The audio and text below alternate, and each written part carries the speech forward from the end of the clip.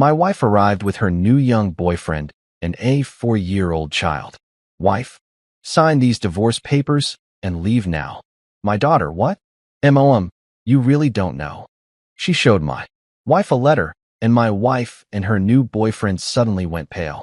The interstate stretched out like a ribbon of broken promises as I drove home that Thursday afternoon, my knuckles white against the steering wheel.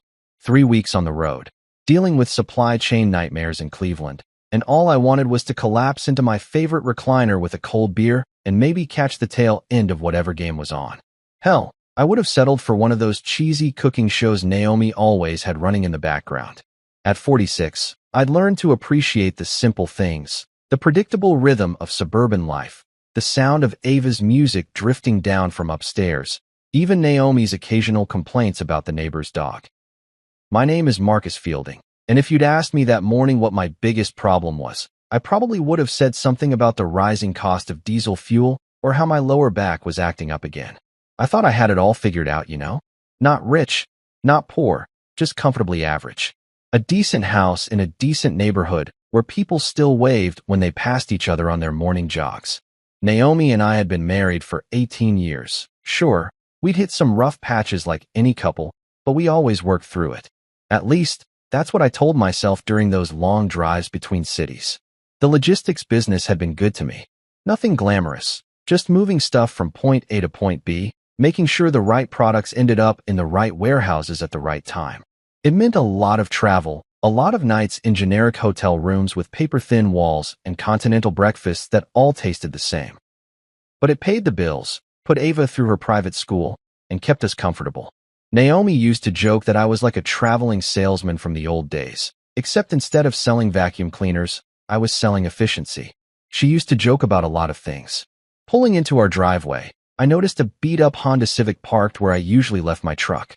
Probably one of Ava's friends, 17-year-olds, and their hand-me-down cars, right?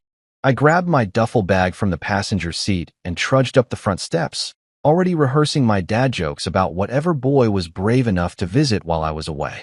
The porch light was on even though it was barely past 3 in the afternoon, which struck me as odd, but Naomi had always been particular about keeping the house well lit. The front door was unlocked, which wasn't unusual, but something felt different the moment I stepped inside. The air was thick with tension, like the few seconds before a thunderstorm hits. I could hear voices coming from the living room. Naomi's voice, sharp and deliberate, and a deeper voice I didn't recognize. Male. Young. Naomi. I called out, dropping my bag by the coat closet. I'm home. The voices stopped abruptly, followed by the kind of silence that makes your skin crawl. I rounded the corner into the living room and froze like I'd walked into a movie scene that didn't make sense. There was my wife of 18 years, standing by the fireplace mantel where our wedding photos used to be, looking like she'd been caught red-handed. Next to her stood some kid who couldn't have been older than 25, all lean muscle and cocky attitude, wearing one of those trendy flannel shirts that cost more than my work boots. But it was the child that really threw me for a loop. A boy, maybe 4 or 5 years old, clinging to the young man's leg like he belonged there. The kid had Naomi's dark hair and was staring at me with the kind of curious intensity that children have when they're trying to figure out if you're friend or foe. Marcus, Naomi said, and her voice had this cold, practiced quality that I'd never heard before. It was like listening to a stranger wearing my wife's face. We need to talk. I looked around the room, taking inventory of what was different. The family photos were gone. Naomi's books had been cleared from the shelves. Even her favorite throw pillows were missing from the couch. It was like someone had systematically erased her presence from the space, or maybe prepared to erase mine. What's going on here? I asked, though part of me already knew I didn't want to hear the answer. The young man shifted uncomfortably, his arm tightening around the boy's shoulders in a gesture that was unmistakably protective. Possessive. Naomi reached into her purse and pulled out a manila envelope, thick with legal documents. She held it out to me like she was handing me a takeout menu. These are divorce papers, she said, matter of fact as discussing the weather. I need you to sign them. The words hit me like a sucker punch to the gut. 18 years of marriage, reduced to a stack of papers, and delivered like a business transaction. I stared at the envelope, not taking it, trying to process what was happening. This wasn't how these things were supposed to go, was it? Weren't there supposed to be fights first? Counseling? Some kind of warning that your entire life was about to implode? Sign these and leave now, she continued, and there was something almost gleeful in her tone. Like she'd been planning this moment, rehearsing it, savoring it. The young man cleared his throat. Maybe I should take Tyler outside, he said, his voice cracking slightly. Tyler. So the kid had a name. No, Naomi said firmly. He should see this. This is the beginning of our new life together. Our new life. The words echoed in my head as I finally understood what I was looking at. This wasn't just a divorce. This was a complete replacement. The young man, the child, even the way they were arranged in my living room like they were posing for a family portrait. It was all carefully orchestrated. I felt something inside me shift, like a gear clicking into place. The shock was wearing off, replaced by something colder and more calculating. 23 years in logistics had taught me to think systematically, to see the bigger picture, to plan for contingencies. And as I stood there holding those divorce papers, looking at my wife's smug expression and her boy toy's nervous fidgeting, I realized something important. Naomi had no idea what she just walked into, but she was about to find out. The manila envelope felt heavier than it should have in my hands, like it was loaded with more than just legal documents. I could feel the weight of 18 years pressing down on my shoulders as I stared at Naomi, trying to reconcile this cold stranger with the woman who used to steal my hoodies and leave little notes in my lunch bag. The woman who cried during those sappy romantic comedies we'd watch on Sunday afternoons, curled up together on this very couch that now felt like foreign territory. Just like that, I heard myself say, my voice sounding hollow and distant. 18 years, and you want me to sign papers and walk away like none of it mattered? Naomi's expression didn't soften even a fraction. If anything, she looked annoyed, like I was being deliberately dense about something obvious. Marcus, don't be dramatic. People grow apart. It happens. I've moved on, and you need to do the same. Moved on. Like our marriage was some phase she'd outgrown, like switching from drinking beer to wine or deciding she was too old for pop music. The casual cruelty of it was almost impressive in its completeness. I glanced at the young man, Lewis. I'd heard her call him earlier, and caught him studying me with the kind of calculating look guys get when they're sizing up potential competition. Except there was no competition here, was there? This had already been decided without me. Lewis was everything I wasn't at his age, lean where I was starting to show my middle age spread, confident in that reckless way that only comes from never having real responsibility. His jeans probably cost more than what I spent on groceries in a month, and his hair had that deliberately messy style that takes an hour to achieve but looks effortless. He kept one protective arm around little Tyler, who was peeking out from behind Lewis's leg like he was watching a movie he wasn't sure he was allowed to see. So this is him, I said, nodding toward Lewis. Your upgrade. Don't be petty, Naomi snapped, but I caught the slight flush that crept up her neck. Lewis is a good man. He cares about Tyler, and he cares about me. He's going to be a real father to that boy, not someone who's always on the road chasing the next contract. There it was, the knife twist I'd been expecting. All those years of working my ass off to provide for this family. All those nights in crappy hotels so I could keep the checks coming, and it got reduced to chasing contracts, like I was some deadbeat who couldn't hold down a real job. The unfairness of it burned in my chest, but I kept my expression neutral. 23 years in business had taught me never to let the other side see you sweat. Tyler stepped out from behind Lewis and started wandering around the living room, his small hands trailing along the furniture like he was already claiming it. He picked up one of my baseball trophies from high school. A stupid little plastic thing I'd kept on the bookshelf for sentimental reasons, and turned it over in his hands with the focused curiosity that kids have for anything shiny. Careful with that, buddy, Lewis said gently, and I had to admit the kid seemed comfortable with him. Natural, even. It made me wonder how long this had been going on, how many cozy little family scenes had played out in my house, while I was busy making sure we could afford to keep it. When did you bring him here? I asked, watching Tyler explore what used to be my space. How many times has he been in my house? Our house, Naomi corrected, but there was something defensive in her tone. And it doesn't matter. What matters is that we're making this transition as smooth as possible for everyone involved. Transition. Like this was some corporate restructuring instead of the complete destruction of everything I thought I knew about my life. I looked around the room again, noticing more details now that the initial shock was wearing off. The missing photos weren't random. They were specifically the ones with me in them. The family vacation shots, the anniversary dinners, even the casual snapshots from backyard barbecues. It was like someone had gone through and systematically erased my presence from the visual history of this house. But they'd left the furniture, I noticed. The expensive stuff. The 60-inch TV I'd saved for months to buy. The leather recliner that had taken me 3 years to break in properly. Even the kitchen appliances were still there. I could see the fancy espresso machine through the doorway, the one Naomi had insisted we needed for entertaining. Funny how the things with actual value didn't need to be erased along with my memory. "You've got this all figured out, don't you?" I said, settling into my recliner without being invited to sit in my own living room. The familiar comfort of worn leather against my back was reassuring, a small anchor in a world that had suddenly tilted sideways. New family, same house, same lifestyle. Just swap out the husband for a newer model. Louis shifted uncomfortably, and I caught him glancing toward the door like he was reconsidering his life choices. Good. This couldn't be what he'd signed up for when he'd started fooling around with a married woman. Playing house was probably a lot more fun when it was just fantasy and stolen moments, not legal documents and custody arrangements and 46-year-old husbands who weren't cooperating with the script. "Louis understands what it means to be present," Naomi said, her voice getting that sharp edge it always got when she felt cornered. "He's not constantly traveling, constantly putting work before family. Tyler needs stability, needs someone who's actually here." I almost laughed at the irony. She was lecturing me about stability while she'd just blown up our daughter's home life and tried to install a replacement family like we were swapping out kitchen appliances. But Tyler seemed oblivious to the adult drama swirling around him.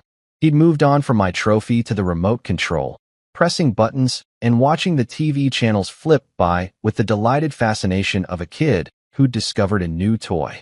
"Where's Ava?" I asked suddenly, realizing our daughter should have been home from school by now. "Does she know about this little family meeting?" Something flickered across Naomi's face. Uncertainty, maybe even a flash of guilt. "She's upstairs. This doesn't concern her right now." "The hell it doesn't," I said, standing up from my chair. "You're trying to divorce her father and move strangers into her house. I'd say it concerns her plenty." That's when I heard the footsteps on the stairs, deliberate and measured. Ava had been listening, of course. Smart kid. She'd probably heard my truck in the driveway and figured out something was wrong when the house got quiet. As her footsteps got closer, I saw Naomi's confident mask slip just slightly, revealing something that looked almost like fear. But she had no idea what was coming. The sound of Ava's footsteps coming down the stairs was like a countdown timer in my head. Each step brought her closer to this nightmare scenario her mother had orchestrated, and I felt a protective rage building in my chest that had nothing to do with my own hurt feelings. Whatever beef Naomi had with me, whatever twisted logic had led her to this moment, Ava didn't deserve to get caught in the crossfire. She was 17, for Christ's sake, supposed to be worried about prom dresses and college applications, not watching her family implode in real time. When she finally appeared at the bottom of the staircase, I could see she'd been crying. Her eyes were red-rimmed and puffy, and she had that hollow look kids get when they've heard something they can't unhear. She was wearing her Valley High sweatshirt and those ratty jeans with the holes in the knees that I was always threatening to throw away, looking so young and vulnerable that it took everything I had not to march over and wrap her in a bear hug. "What is going on?" she asked, her voice barely above a whisper. The question hung in the air like smoke, and I watched Naomi's face transform back into that cold, business-like expression she'd been wearing when I walked in. It was like watching someone flip a switch, warm, nurturing mother one second, ruthless strategist the next. Tyler stopped playing with the remote control and looked up at Ava with curious interest. To him, this was probably just another adventure, another new person to meet in what had clearly become a very eventful day. Kids that age don't understand the weight of adult decisions, the way lives can get shattered and rebuilt in the space of an afternoon conversation. "Ava, honey," Naomi said, her tone carefully modulated like she was reading from a script she'd rehearsed. "I was going to talk to you about this separately, but since you're here now, we might as well get everything out in the open." Louis looked like he wanted to disappear into the furniture.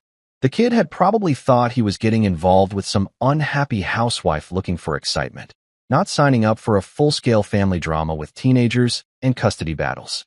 He kept glancing between Ava and the front door like he was calculating escape routes. "This is Louis," Naomi continued, gesturing toward her boy toy like she was introducing him at a dinner party. "And this is Tyler. They're going to be part of our family now."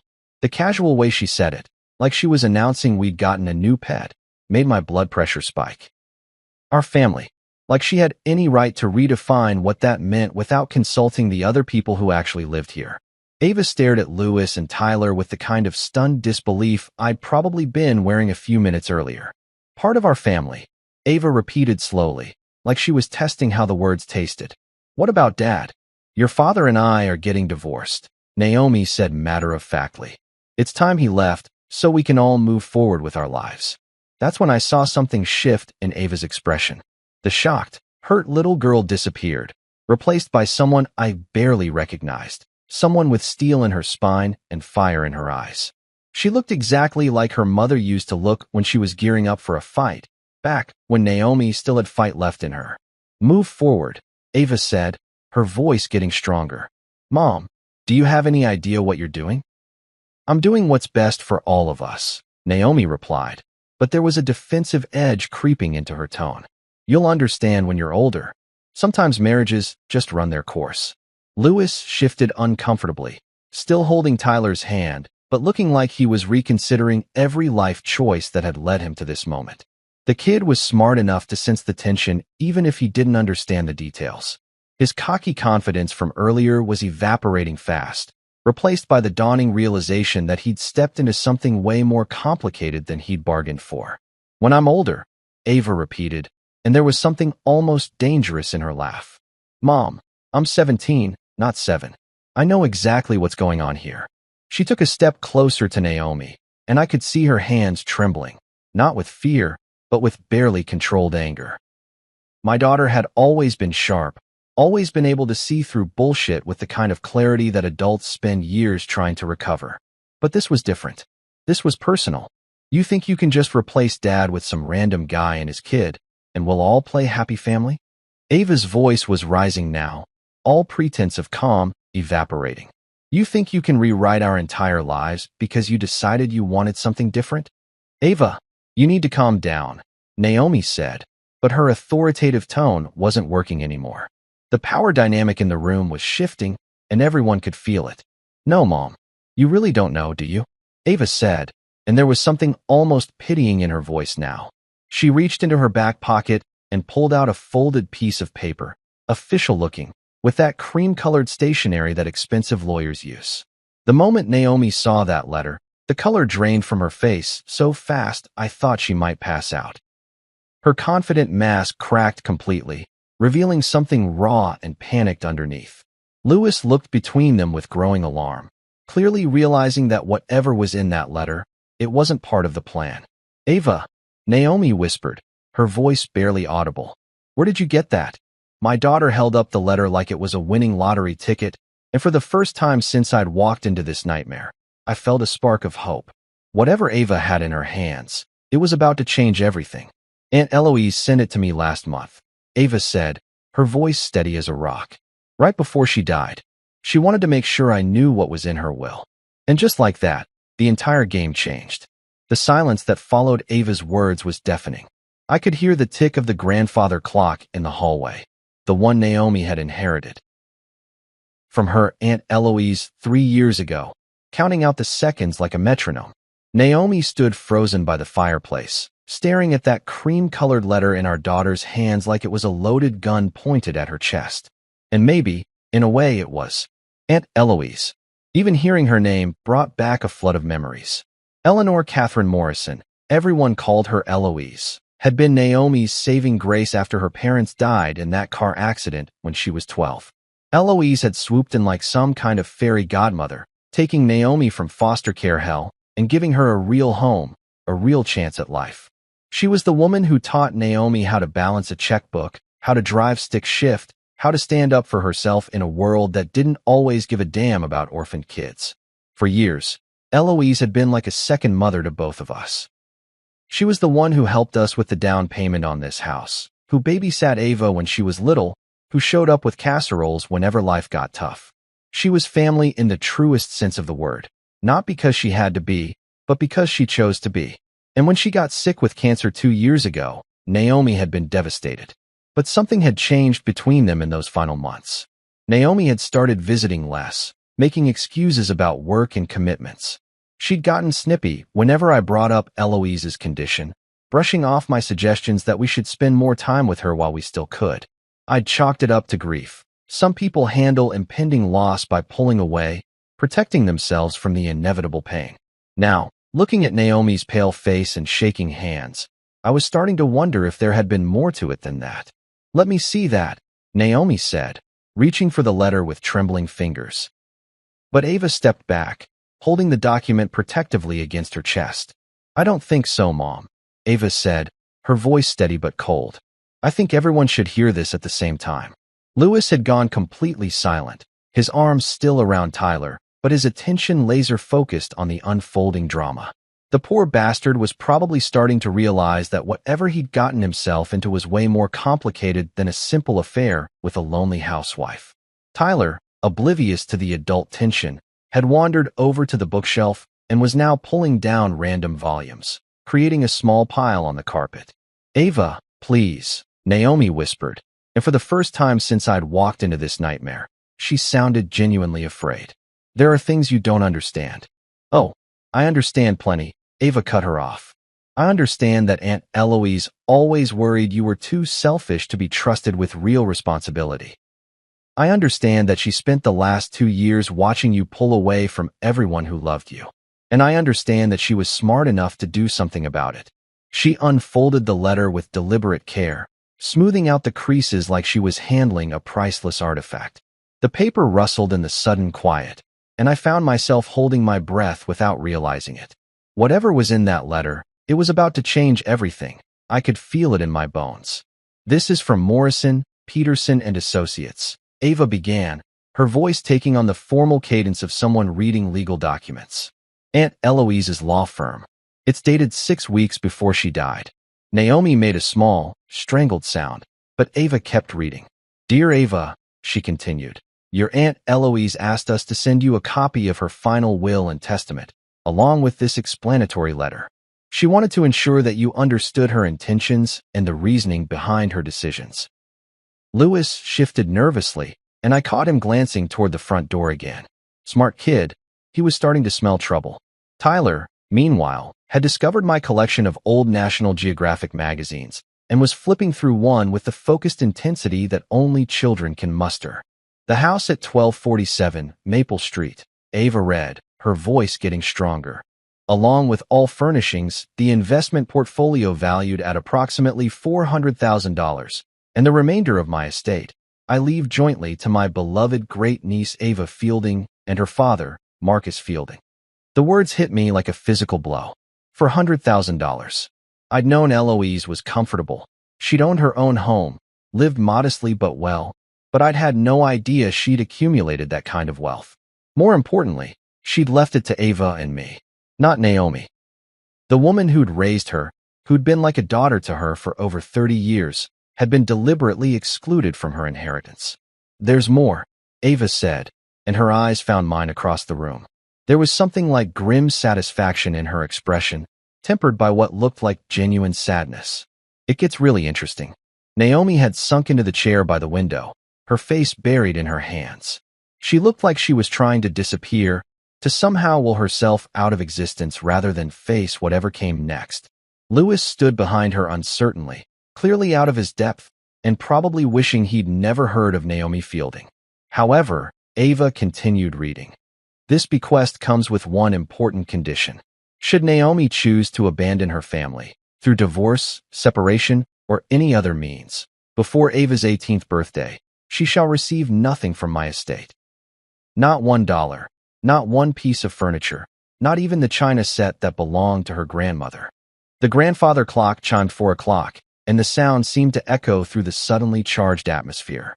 Naomi looked up from her hands, her eyes red and desperate, and I could see the exact moment when the full implications hit her. She'd just lost everything. The house, the money, the security she'd probably been counting on to start her new life with Louis. All of it, gone, because she'd been too impatient to wait 8 more months for Ava to turn 18. But there was still more to come. I could see it in Ava's face, in the way she was holding that letter like it contained nuclear secrets. And somehow, I had the feeling that the real revelations were just getting started. Watching Naomi's world crumble in real time should have felt like victory, but all I felt was a hollow kind of satisfaction mixed with something that might have been pity.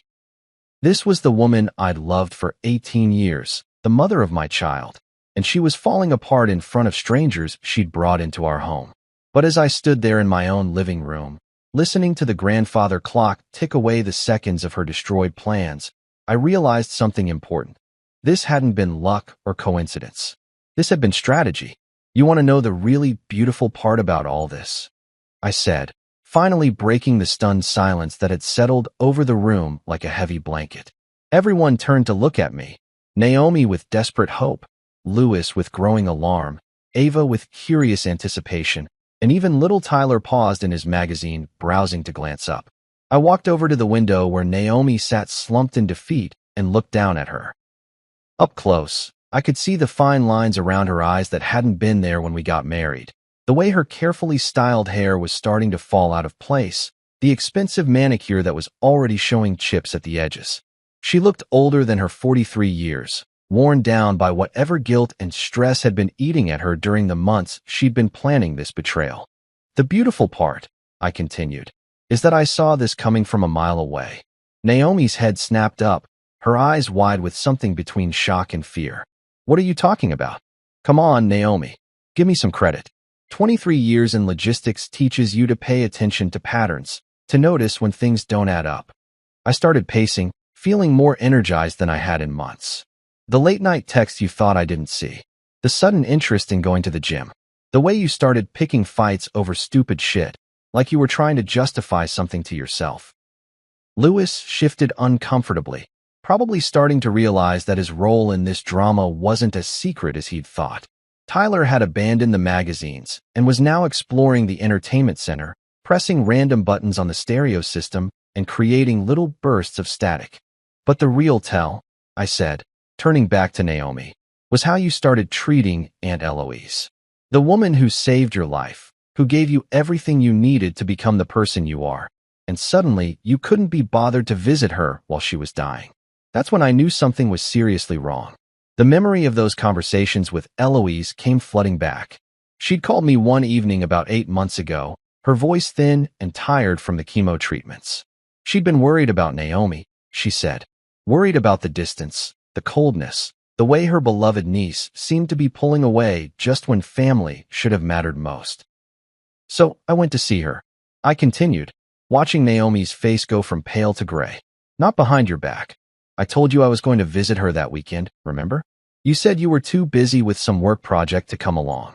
Marcus, please, Naomi started, but I held up a hand to stop her. Eloise was sharp right up until the end. You know that. Cancer might have been eating at her body, but her mind was crystal clear. She'd already figured out what you were up to. The secretiveness, the sudden disinterest in family gatherings, the way you'd started talking about finding yourself and exploring new possibilities. She knew you were planning to bail. I could see Louis trying to process this information, probably wondering how much Naomi had told him about her family situation, how many lies he'd been fed along with everything else. The poor bastard was in way over his head, and he was just starting to realize it. But here's what really impressed me about your aunt, I said, settling into my recliner like I was getting comfortable for a long story. She didn't just sit there and let it happen. She asked me point blank if I thought you were having an affair. Naomi made a small choking sound, her hands clenched so tightly in her lap that her knuckles were white. And you know what I told her? I said yes, because by then, I was pretty damn sure you were. The signs were all there. I just hadn't wanted to see them. But Eloise, she wasn't blinded by 18 years of marriage and wishful thinking. She saw the situation for what it was.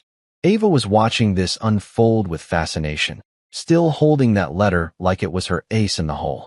She'd grown up hearing stories about Aunt Eloise's legendary shrewdness, her ability to read people and situations with uncanny accuracy.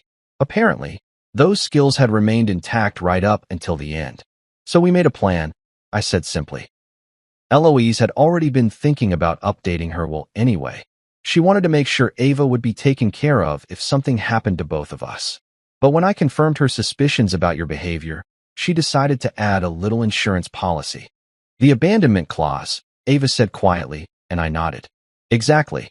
If you could wait until Ava turned 18, prove that you could put our daughter's stability ahead of your own selfish desires for just 8 more months, then you'd inherit everything as planned. But if you couldn't, I shrugged. Well, then you'd made your choice, hadn't you? Louis finally found his voice. You never told me any of this, he said to Naomi, his tone accusatory. You said your aunt was loaded and that you'd be getting the house and money when she died. You never mentioned anything about conditions or abandonment clauses. I didn't know, Naomi whispered, but her protest sounded hollow even to her own ears. Of course you didn't know, I said. Because if you had known, you might have been smart enough to wait. You might have put Ava's well-being ahead of your own immediate gratification. And frankly, both Eloise and I were betting that you wouldn't be able to do that.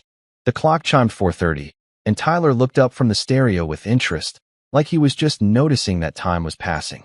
In his world, this was probably just another boring grown-up conversation.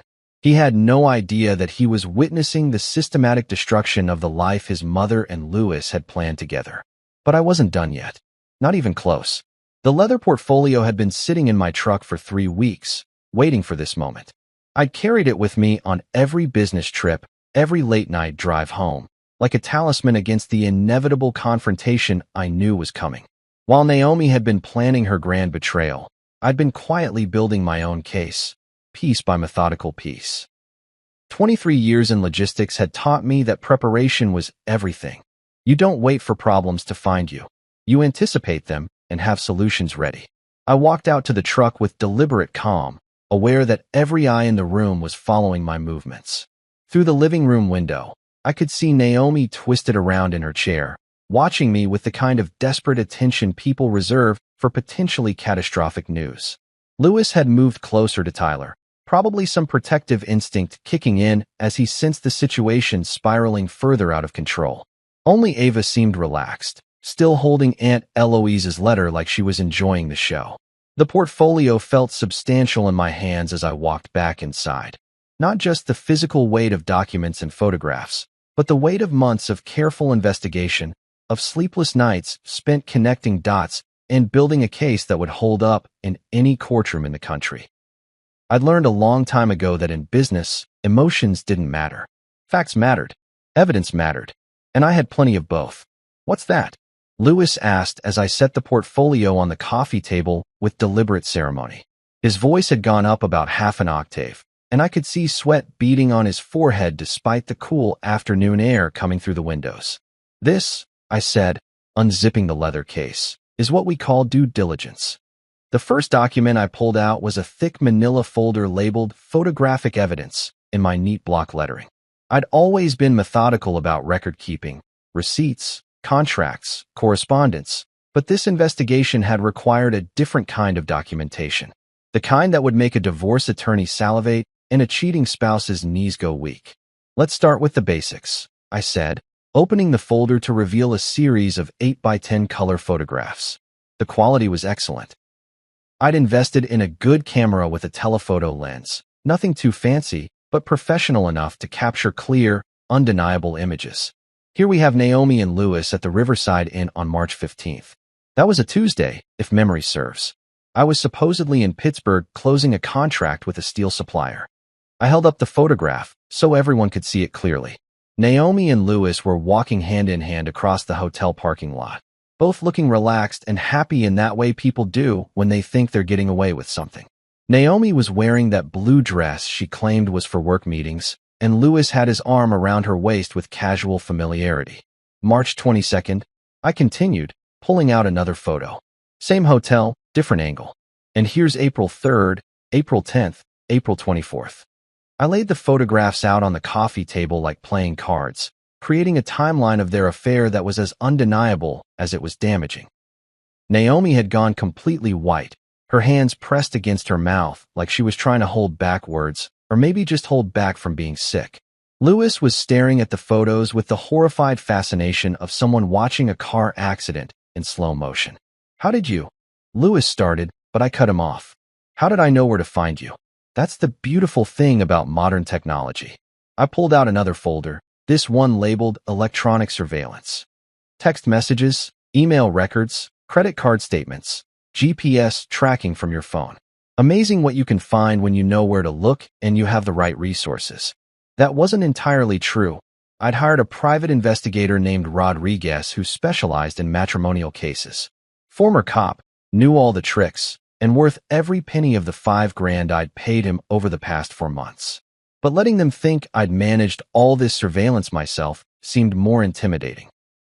But wait, there's more, I said, channeling my inner infomercial host as I reached for the third folder. This one was labeled Employment Records, and it was my personal favorite.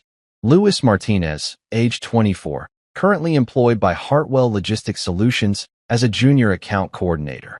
The color drained from Lewis's face so fast I thought he might faint. That's impossible, he whispered. Is it? I pulled out a copy of his employment contract, complete with his signature at the bottom. Funny thing about shell companies, they're surprisingly easy to set up when you know the right lawyers. And when you've been in the logistics business as long as I have, you tend to acquire a lot of useful contacts. The truth was even simpler than that. I'd bought a controlling interest in Lewis's company 6 months ago through a series of intermediary purchases that kept my name off the paperwork. It had cost me nearly everything I'd saved for retirement, but watching Lewis's face right now made every penny worth it. You own his company? Ava asked, and there was genuine admiration in her voice. I own a lot of things, I said mildly, including Lewis's employment contract, which has some very interesting clauses about fraternization and moral turpitude. But the best was yet to come. I reached for the final folder, the one I'd been saving for last because I knew it would be the nuclear option, the thing that would completely destroy whatever fantasies they'd built around their new life together. And then there's this, I said, pulling out a sealed envelope with genetic testing services printed across the top. The DNA test results felt heavier than they should have in my hands. Just a few sheets of paper that would obliterate whatever remained of Naomi's carefully constructed fantasy. I'd been dreading this moment almost as much as I'd been anticipating it, because while the truth would set me free, it was going to destroy a 4-year-old kid who had no idea he was about to become collateral damage in his mother's war of selfishness. Tyler, I called gently, getting the boy's attention away from the stereo system. Can you come here for a second, buddy? The kid looked up at me with those big, curious eyes that all children have before the world teaches them to be suspicious. He was a cute kid. I had to give him that. Dark hair like Naomi's, but with features that belonged to neither her nor Lewis. He trotted over with the trusting enthusiasm of someone who still believed adults had everything figured out. Tyler, I said, crouching down to his eye level. Can you tell me about your daddy? Lewis is my new daddy, Tyler said with the matter-of-fact certainty that only kids can muster. Mommy says he's going to teach me to play baseball and take me fishing. I glanced up at Lewis, who had gone so pale he looked like he might pass out. Naomi was gripping the arms of her chair so tightly her knuckles had gone white, and I could see her chest rising and falling in short, panicked breaths. That's nice, I said to Tyler. But what about your first daddy? Your real daddy? Tyler's face scrunched up in concentration. Mommy says he went away. She says sometimes daddies go away and don't come back. The casual cruelty of it hit me like a physical blow. This kid had been told his father abandoned him, left him behind like yesterday's garbage, when the truth was sitting right there in the envelope in my hands. I looked up at Naomi and saw something in her expression that might have been shame, if she was still capable of feeling it. Well, here's the thing, Tyler, I said, standing up and opening the envelope. Sometimes mommies don't tell the whole truth about daddies. Marcus, don't, Naomi whispered, but her voice had no power left in it. She sounded like someone begging for mercy while knowing they didn't deserve it. I pulled out the first page of the DNA analysis, the summary page that spelled everything out in simple, undeniable terms. According to Gene Tech Laboratories, Tyler Andrew Morrison is not the biological child of Luis Martinez. Lewis made a sound like he'd been punched in the stomach. What? But that's not the interesting part. I continued, flipping to the second page. The interesting part is that Tyler Andrew Morrison is also not the biological child of Marcus Fielding. Ava's eyes went wide. Even she hadn't seen this coming, and she'd been holding on to Aunt Eloise's bombshell for weeks. Dad, what are you saying? I'm saying your mother has been very busy during those business trips to Atlanta. I held up the report so everyone could see the official letterhead, the case numbers, the scientific certainty of genetic testing. According to this analysis, Tyler's biological father is someone named David Chun, a guy Naomi was apparently seeing on the side, while she was seeing Lewis on the side while being married to me. The silence that followed was so complete I could hear Tyler's stomach growling.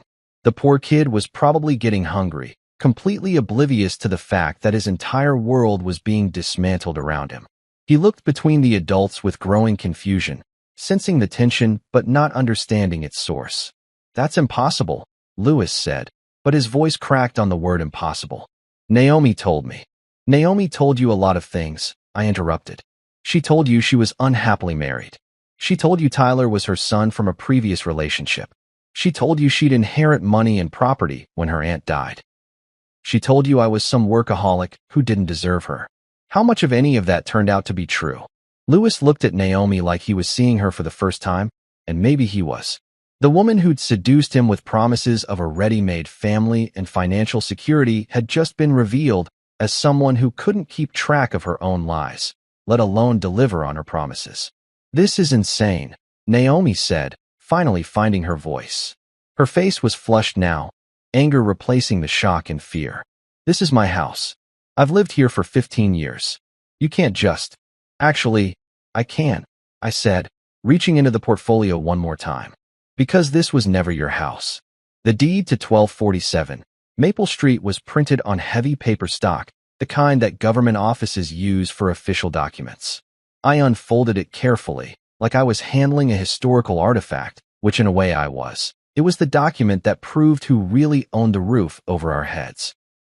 Property records show that this house was purchased in 2009 by Eleanor Catherine Morrison, I read from the deed.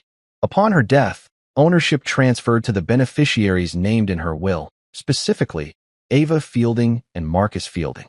I looked up at Naomi, who was staring at the deed like it was written in a foreign language. Your name, I said gently, has never been on this deed. Not when we moved in, not when we refinanced, not ever. You've been living in Aunt Eloise's house for 15 years, and now you're living in mine and Ava's house. But I signed papers, Naomi protested weakly. Mortgage papers, insurance forms. You signed papers as a resident and co-borrower. I corrected. Never as an owner. Eloise insisted on maintaining ownership for tax purposes, remember? She said it would be better for everyone involved. The beautiful irony of it was that Naomi had agreed to the arrangement enthusiastically at the time. She'd loved the idea of living in a house they couldn't really afford, maintaining a lifestyle that was subsidized by her aunt's generosity. She'd never bothered to read the fine print, never questioned why the mortgage payments were so low, never wondered what would happen if her relationship with Eloise went south. You brought strangers into my home, I said, looking at Lewis and Tyler with something that might have been pity. Now I need you to leave it. Lewis didn't say another word. He just grabbed his keys from the coffee table, scooped up Tyler like the kid was a football, and headed straight for the front door. The poor bastard had probably woken up that morning thinking he was moving in with his girlfriend and her son, maybe planning to play house and live off her inheritance. Instead, he discovered he was unemployed, homeless, and caring for a child that wasn't even his biological responsibility. I almost felt sorry for him. Almost. Lewis, wait. Naomi called out, scrambling to her feet and chasing after him. We can figure this out. I can explain everything. But Lewis was already strapping Tyler into the car seat in his beat-up Civic, his movements quick and efficient like someone who'd done this routine 1,000 times before. The kid was crying now, not the dramatic wailing of a tantrum, but the confused, scared crying of someone who sensed that all the adults in his life had lost their minds simultaneously. There's nothing to figure out, Lewis said without looking at Naomi. His voice was flat, emotionless, like he'd already mentally checked out of this nightmare. You lied to me about everything. The kid, the money, the house, everything. I'm done. But Tyler needs stability. Naomi pleaded, standing in the driveway in her expensive shoes and designer clothes, looking like she was auditioning for the role of abandoned housewife. He needs a father figure. Then maybe you should have thought about that before you slept with half of Atlanta. Lewis shot back, firing up the engine. Find David Chun. He's the one who should be dealing with this mess. The Honda pulled out of our driveway with a screech of tires, leaving Naomi standing there alone on the asphalt like some kind of suburban tragedy. Through the rear window, I could see Tyler's little face pressed against the glass, still crying, still confused about why his world had just exploded without warning. I watched from the living room window as Naomi stood there for a long moment, probably trying to process the fact that her carefully orchestrated new life had just driven away in a 15-year-old car. When she finally turned around and walked back toward the house, her shoulders were slumped in defeat and her perfect makeup was starting to run. That went well, Ava said dryly from her position on the stairs. She'd been watching the whole drama unfold with the detached interest of someone observing a really good soap opera. Think he'll come back? Not a chance in hell, I replied, settling back into my recliner. Lewis may be young and stupid, but he's not suicidal. He just dodged a bullet the size of a freight train. Naomi came back inside looking like a completely different person than the confident, cold woman who tried to serve me divorce papers an hour ago. Her hair was disheveled. Her face was blotchy, and there was something broken in her posture that made her look smaller, frilier, like someone had let all the air out of her. "Marcus," she said, her voice barely above a whisper. "Can we please talk about this like adults? I know I made mistakes, but we can work something out. I just need a few days to figure things out."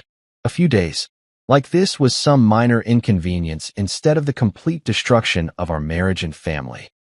Like I was supposed to provide her with transitional housing while she figured out her next con game. "Naomi," I said, keeping my voice calm and reasonable, "you brought your lover and his kid into my house and tried to kick me out of my own life. You lied about paternity, you've been stealing from our joint accounts to fund your affairs, and you just lost the only inheritance that might have made any of this worthwhile. What exactly is there to work out?" She sank onto the couch, my couch, in my living room, in my house, and buried her face in her hands. For a moment, she looked genuinely remorseful, like the woman I'd married 20 years ago who used to cry during sad movies and leave little love notes in my lunch bag. "I never meant for it to go this far," she said through her fingers. "It just happened. One thing led to another, and before I knew it, I was in too deep to turn back." "It just happened," I repeated. "Like an affair is something that happens to you, like getting caught in the rain or coming down with the flu. Naomi, you made choices. Lots of them. You chose to cheat, you chose to lie, you chose to bring strangers into our daughter's home, and you chose to try to destroy our family for some fantasy about starting over with a 24-year-old. Ava had come down the stairs and was leaning against the doorframe, watching her mother with a mixture of pity and disgust. "Mom, you could have just asked for a divorce like a normal person. You didn't have to make it into some kind of elaborate scheme. I was trying to protect everyone," Naomi said weakly.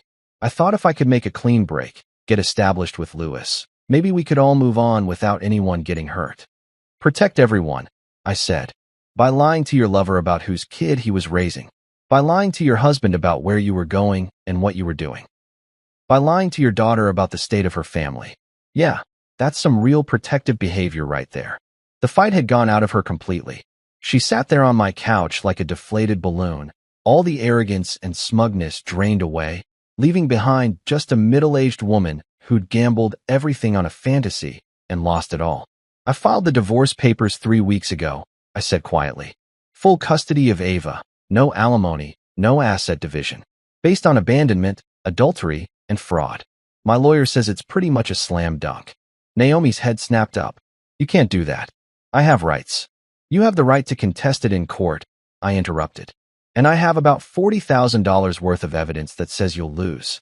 Badly. Your choice." The silence stretched out between us like a chasm, filled with 18 years of shared history that had just been reduced to legal documents and property disputes. Outside, I could hear the neighborhood kids getting home from school, their voices carrying on the afternoon air as they played in yards and rode bikes down sidewalks, living normal lives that didn't involve DNA tests and divorce papers and the systematic destruction of everything they thought they knew about their families. What happens now? Naomi asked finally. Now you pack your things and leave, I said. And you pray that the court system is more forgiving than I am. 3 months after Naomi packed her bags and moved into a crappy studio apartment across town, life started feeling normal again. Not the old normal. That version had been built on lies and performance and carefully maintained pretenses, but a new kind of normal that felt solid, authentic, like a house built on rock instead of sand.